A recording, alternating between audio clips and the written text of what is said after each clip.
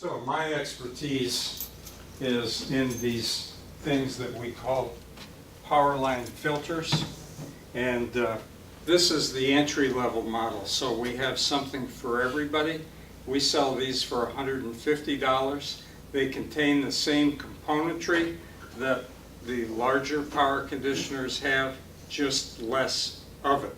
So you have an upgrade path starting here.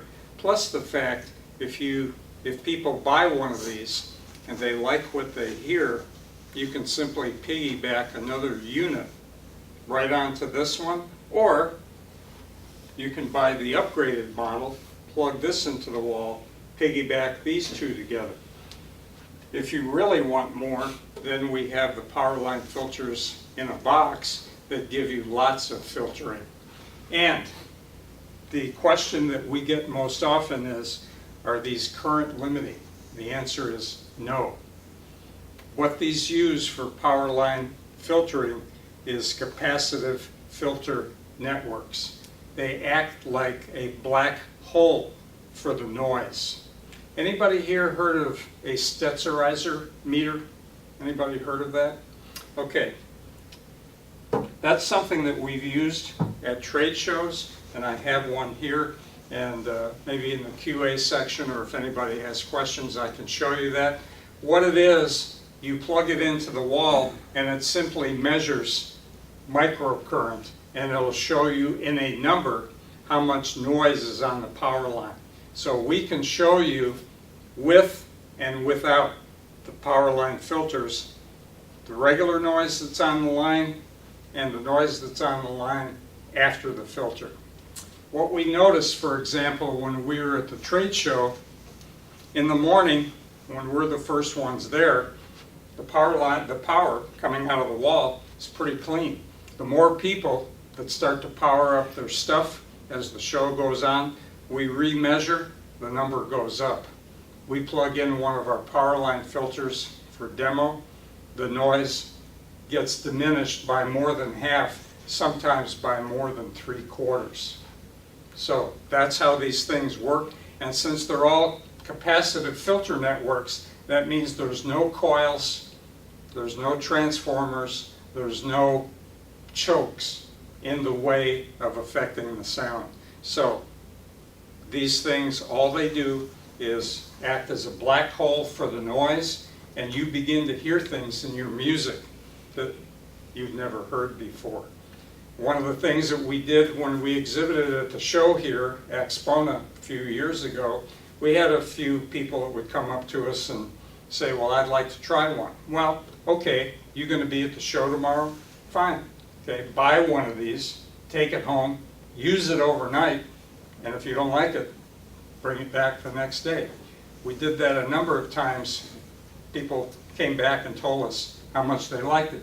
We didn't refund anybody.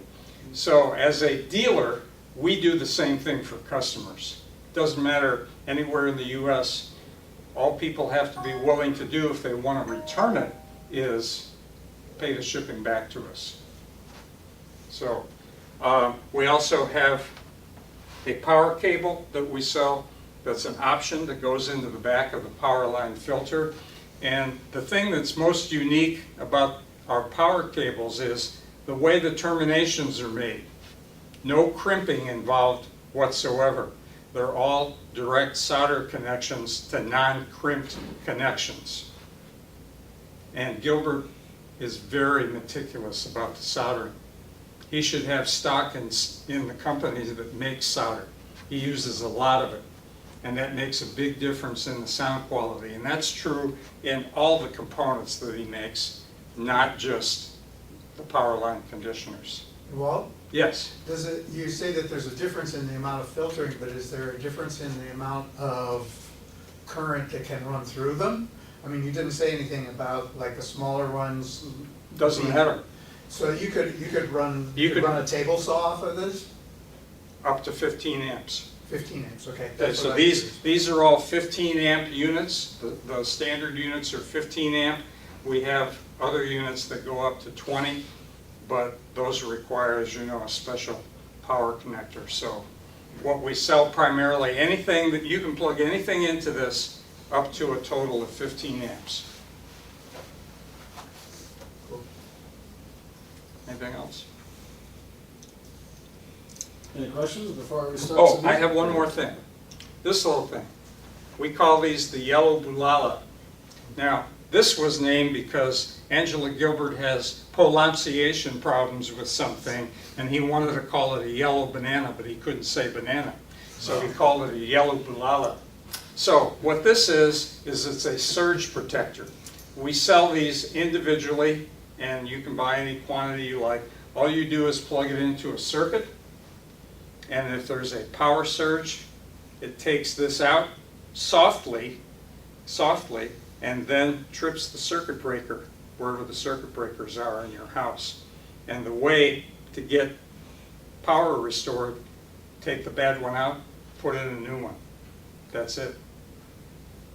So this is our little surge protecting device. And flip the circuit breaker back.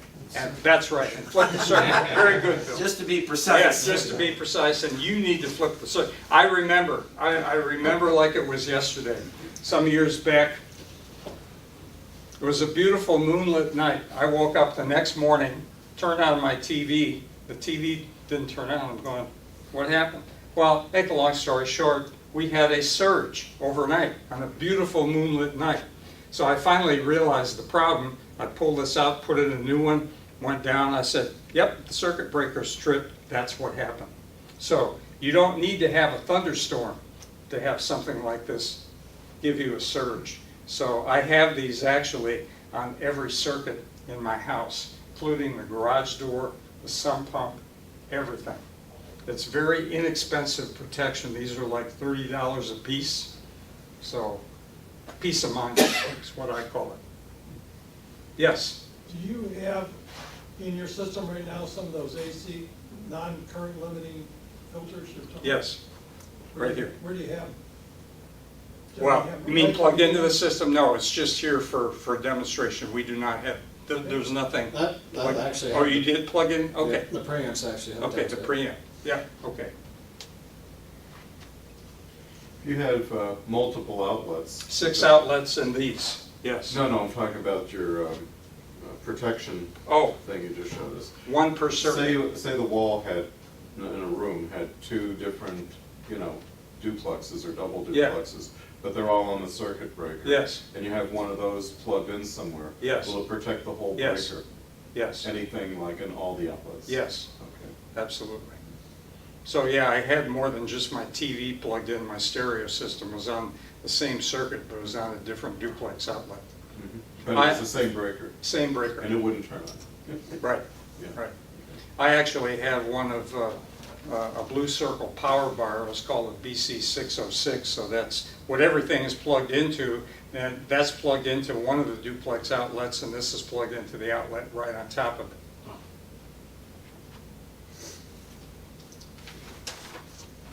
Any other questions before we start our? Do some Just listening. curious, Yeah. the filters. Yes. The bigger filters, the ground.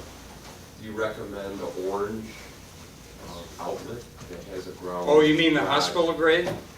Is that what you're talking Yeah, about? like in the hospital, you see the orange outlets. Not necessarily, and the because, ground actually can go to like a ground no, right in the ground. because, well, you can, but most of the people that use these things don't have that, but you certainly can. One of the things that we used to have on these things a long time ago was hospital-grade outlets, and we really found that that didn't make much difference, so these are all Hubble outlets, so, yes. It's okay to ask, Yeah. a lot of your common protection devices have MOVs in Yeah. it. Is this something like that? Or Yes. MOV? Yeah. Okay. What does MOE stand for? I forget exactly. I don't remember, there's so many acronyms, I can't Acronyms, remember. It's Something, a little, something voltage, yeah. move over Something voltage. over voltage. Come up with a marketing term.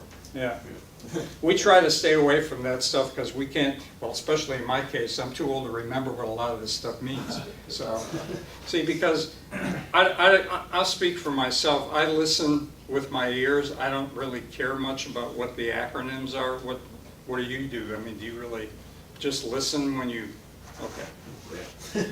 I have a lot of gear that come through, so, it's usually pretty quick. You like it or you don't. It's pretty quick to know if it's something good or not.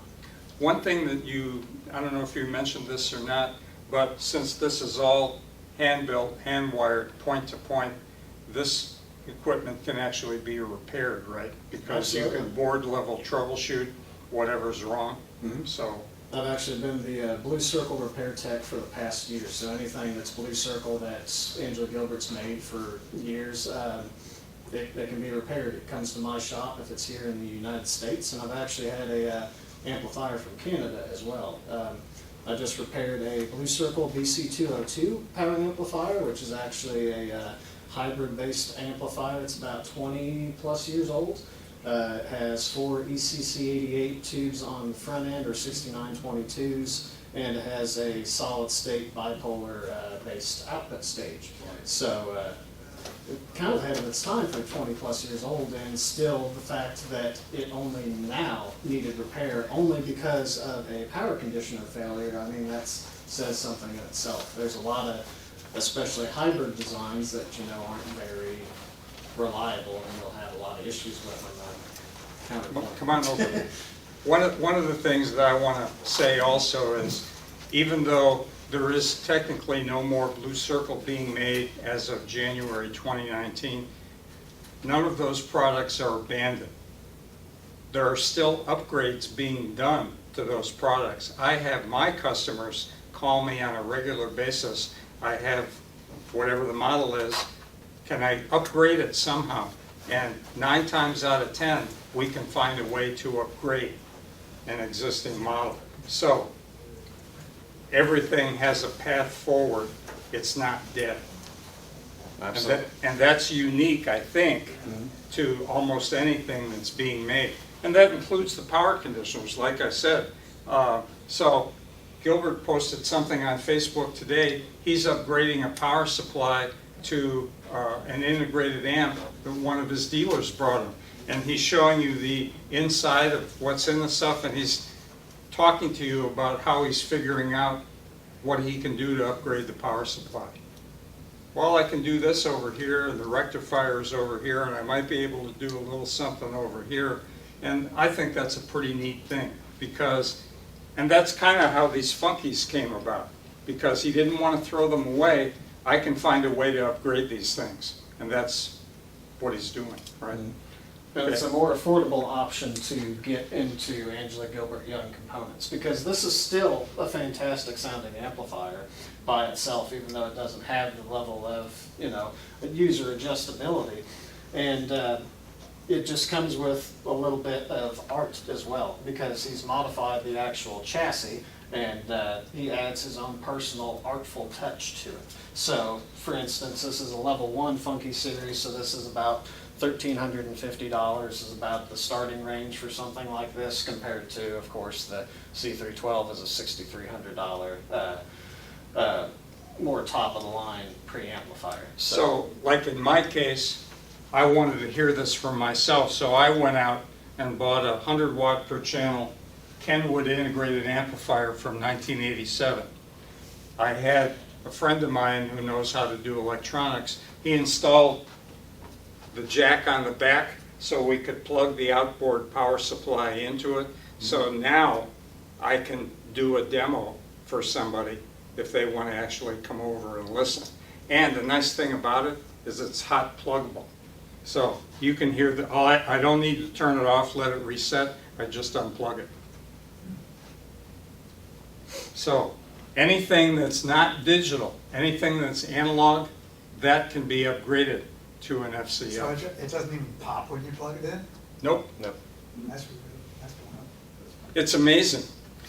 It was so funny. The guy who installed the jack for me, we actually had to do it over the phone, because he kept worrying, like, because it was right in the power supply of the unit. He goes, I'm going to blow something. No, you're not going to blow anything up. Just do what I tell you. And he was amazed. It worked. I said, I told you. I mean, I don't know how this stuff even comes into somebody's mind, but it does. Anything else? I appreciate you guys having us here today, by the way. Yes, sir. I had a question. Yeah. Now, someone was, one of you, I forgot already, was talking about, like, you can dial in a tube sound? Yes. Or- Okay. Yes, You sir. said, okay, dial in tube sound or a state sound, or, so, I mean, are there tubes in the unit, and how, I mean, how does that happen? This particular unit does not. There's three different preamps currently. One is the C310, which is, it has some of the same circuitry as the C312, but it doesn't have the actual knobs. This has three different knobs. One is warm, one is tube simulator, and the other is solid state. But this is a completely solid state based preamplifier. But if you go to the next level, the C318, you actually have tubes in there. I think that one has a 6922 and a 6S-N7. And kind of similar to this, you could actually fine tune via different knobs, each and every one, how much you want it to affect the sound. So if you want more of the 6922, you can turn that in. Same So with what the kind of 6S. changes is it making? Is it phase, frequency, amplitude? I mean, what is it, what are the things that is, or is that proprietary? One of the things is slew rate. It's a very high slew rate amplifier, so via different ways and different What is- capacitor what's slew layouts. rate? Is that like jitter or? So imagine like a square wave. If you have something that's really high slew rate, it's going to pretty much perfectly recreate that square wave. But if it has less of a slew rate, it's going to have a little bit more on the edge. It's not going to be as etched. So whenever we like like rounding it tubes, out. yeah, there's a lot of aspects to tube-based sound, from damping factor, slew rate, and that's kind of the things that you get to mess around and play with this. Okay. I have a question for you guys. Have you ever heard the expression that the perfect preamp would be a straight wire with gain? Anybody ever heard that? Yeah. Do you guys believe that? No. That's interesting. Okay. Show of hands, how many people believe that? Straight wire with gain. Well, More than 50%, not 100. Okay. So essentially what you're saying is there might be something for that, but maybe not 100%. So that's why this product came about, because it gives you a way. It's not bass and treble controls like everything else, or no controls at all. Because, I mean, I've seen preamps that have no tone controls, but there are no preamps I've ever seen. Have you seen any No. that have these controls? Never. Yes, sir. You just mentioned treble controls. There seems to be a little bit of a trend of people wanting to add that in, and they get this thing, the skit, Loki or something, and they plug it in. Do you ever see anybody plug something like that in, or You mean as an outboard device? outboard treble controls? Yeah. I I have. haven't personally. EQ? I haven't. No. I haven't Would it personally work? seen anyone. I mean, it could work if you wanted to actually EQ your room. Of Are course you could. aware of that trend? No, I've seen quite a few arguments online. There's still, of course, one side of the audiophile community that, no EQs, it's got to be, as the artist intended. Well, And I think there's- one thing that I've seen that's probably more common now because it costs nothing. Anybody here have a real-time analyzer? I mean, that's real big on not projections, but it's real big on these big screen TVs. They'll calibrate your room. Well, essentially what they have built in is some kind of real-time analyzer. They send the signal out, they get something back, and they'll make adjustments. Well, you can buy cheap real-time analyzers, and then you could get your own equalizer to do your room. But it's going to be different depending on where you sit and where you locate your speakers in the room. So Yeah. that's more trouble than it's worth, it would seem to me. So, yeah. I don't have any treble or bass on my preamp, and I love it. I love it. Cool. It was done as a purist effort. Yeah.